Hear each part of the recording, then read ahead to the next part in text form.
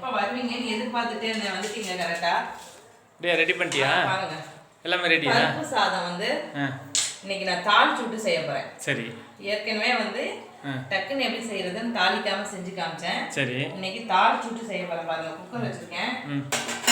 ஒரு டம்ளர் அரிசி 4 டம்ளர் பருப்பு போட்டு ஒரு டம்ளர் 3 டம்ளர் கணக்கு பண்ணி 1.25 ஸ்பூன் தண்ணி வச்சிருக்கேன். சின்ன வெங்காயம், மிளகாய், கருவேப்பிலை, தேங்காய், தக்காளி எல்லாம் ரெடி பண்ணி வச்சிருக்கேன். இது என்னன்னா புது ஸ்டைலா இருக்கு. இது வந்து கொங்கு நாடு பொள்ளாச்சி ஸ்டைல் பருப்பு சாதம். கேரளா ஸ்டைல். இது வந்து என்ன சொல்றது, பெங்களூர்ல வந்து பிசிபேலா பாத்துன்னு சொல்லுவாங்க, காய்கறி போட்டு. இததான் இதே வந்து பொள்ளாச்சி ஸ்டைல்ல இந்த மாதிரி தேங்காய் போட்டு பருப்பு சாதம். பாருங்க தேங்காய் வந்து நான் அப்படி பிள்ளை பிள்ளையா அரைஞ்சு வச்சிருக்கேன் பாருங்க. சரி சரி. இதெல்லாம் போட்டு தாளிக்க போறேன். எண்ணெய் ஊற்றியாச்சு, காஞ்சிச்சு. ஜீரகம் போட்டுக்கலாம். இதுக்கு மெயினே ஜீரகம் போட்டோட இதுதான். நிறைய ஜீரகம் போட்டு தாளிக்கணும். 2 கடுகு போட்டுட்டு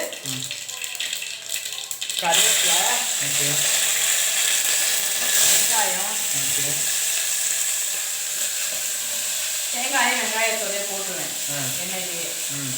அது நல்லா வெள்ளை சூப்பராக இருக்கும். இதை பாருங்க, பூண்டு உரிச்சு வச்சுருக்கேன், முழு பூண்டு.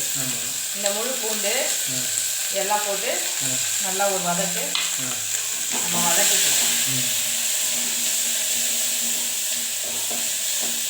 அது ரெடியா இருக்கு. அது ரெடி. சமையல் டக்குன்னு லேட் ஆயிடுச்சு. சரி. அதனால இன்னைக்கு வந்து டக்குன்னு பருப்பு சாதம். இங்கே பாருங்க, இன்னைக்கு காலையில் வச்ச பொரிச்ச குழம்பு இருக்கு. தேங்காய் சட்னி கொஞ்சம் அடிக்க தேங்காய் எடுத்து வச்சிருக்கேன். இதெல்லாம் செய்ய போகிறேன். டக்குன்னு நம்ம சட்னி அடிச்சுட்டு ரெடியானோடனே பசி அறியணும். நான் அரிசியிலே தண்ணி அளந்து ஊற்றிட்டேன். அரிசியை கழுவிட்டு தண்ணி அளந்து ஊற்றியாச்சு. பாருங்க வதங்கிட்டு பாருங்க வெங்காயம். இந்த ஸ்டேஜில் தக்காளி போட்டுக்கலாம். 3 தக்காளி போட்டுட்டேன். இப்போ வந்து உப்பு, சாதத்துக்கு தேவையான அளவு உப்பு கரெக்டாக இருக்கும். அடுத்து மஞ்சத்தூள் போட்டு கொஞ்சமாக கொடுக்கணும். ரொம்ப கலர் கொடுக்கணும். மஞ்சத்தூள் நம்ம அரைச்ச மஞ்சத்தூள் அதனால கலர் பயங்கரமாக கொடுக்கணும். மனதும் சுவையும் மனதை மயக்கிறது. அது ரெடியா இருக்கு. அது ரெடி. சமையல் சுவை அட்டகாசமா இருக்குங்க. ஆமா, சொல்லவே வேண்டாம். எனக்கு ரொம்ப பிடிச்சது. ஆமா, தேங்காய்லாம் போட்டு செஞ்சா உங்களுக்கு ரொம்ப பிடிக்கும். ஆமா, ரொம்ப நாள் ஆச்சு நம்ம இந்த மாதிரி செஞ்சு. சரி சரி, இன்னைக்கு செஞ்சுருவோம். சரி, கட்டுட்டு செய்யலான்ட்டு ஒரு வெரைட்டி ரைஸ் மாதிரி. சரி, சிம்பிளான நைட்டு செரிமானம் ஆகக்கூடிய ஒரு சரியான டிஷ் இதுதான். இது வந்து உனக்கு குக்கர்ல வைக்கிறதுனால கேஸும் வந்து இதாகாது. அதுக்கு தகுந்த மாதிரி பூண்டு சேர்த்துருக்கேன். ஆமா, பருப்புக்கு வாயுவும் இதுவாகாது.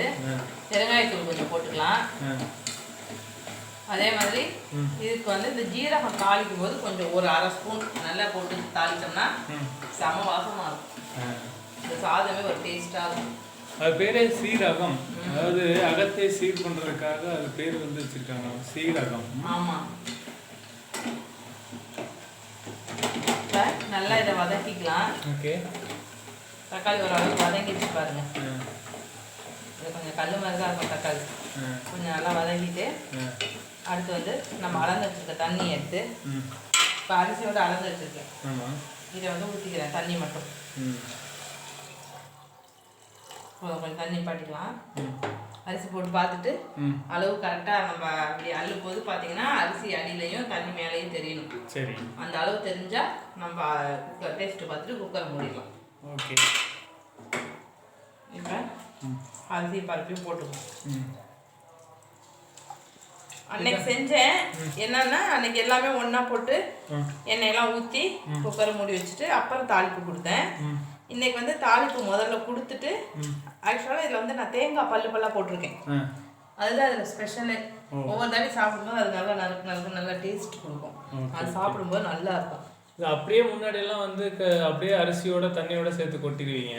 ஆமா, இப்போ கையில வச்சு ஒவ்வொன்றா இது எடுத்து போடுறீங்க. ஏன் அப்படின்னா தண்ணி வந்து கொஞ்சம் கூட இருக்கா என்னன்னு பார்த்துக்கிட்டு ஊற்றிக்கலான்றதுக்காக அப்படி போட்டுட்ருக்கேன். ஸோ இதுதான் கைப்பக்குவம்னு சொல்லுவாங்களா? ஆமாம் ஆமாம், மனக்கணக்கு. கைப்பக்குவம் மனசை இது பார்த்தோம்னாவே நமக்கு தண்ணி பத்துமா பத்தாதா, போதுமா இன்னும் ஊற்றலாமா அப்படின்னு தெரிஞ்சிடும். இந்த மாதிரி இருந்தால் இன்னும் கொஞ்சம் தண்ணி சேர்த்துக்கலாம். ஓகே, போதும். இதுக்கு மேலே ஊற்றோம்னா சாதம் ரொம்ப குறைஞ்சிரும். இப்போ பாருங்க, டேஸ்ட் பார்த்துக்கிறேன். இந்த கைப்பக்குவத்தில் தான் உன் கணவரை கட்டி போட்டு விட்டாயோ? அப்படி கூட இருக்கலாம். எல்லா டேஸ்ட்டுமே இதை பக்காவா செம்மையா சூப்பரா இருக்கு. மனம் மூடிடலாம், குக்கரை மூடிடலாம். ஓகே, விசில் வரட்டும். லைட்டாக கொஞ்சம் இறக்க வச்சுக்கலாம். குக்கர் கீழே ரொம்ப மேலே இருக்கு. அவ்வளோதான், பருப்பு சாதம் ஒரு விசில் வந்துட்டு ஆஃப் பண்ணிடலாம். தான் அவ்வளோதான். ரெடி ஆயிடுச்சா? ரெடி ஆயிடுச்சுமா. பாருங்க, விசில் வந்துட்டு இருக்கு. அப்படியா? இன்னும் ஒரு விசில் மட்டும் வந்துச்சுன்னா ஆஃப் பண்ணிக்கலாம். 5 விசில் கணக்கு. 5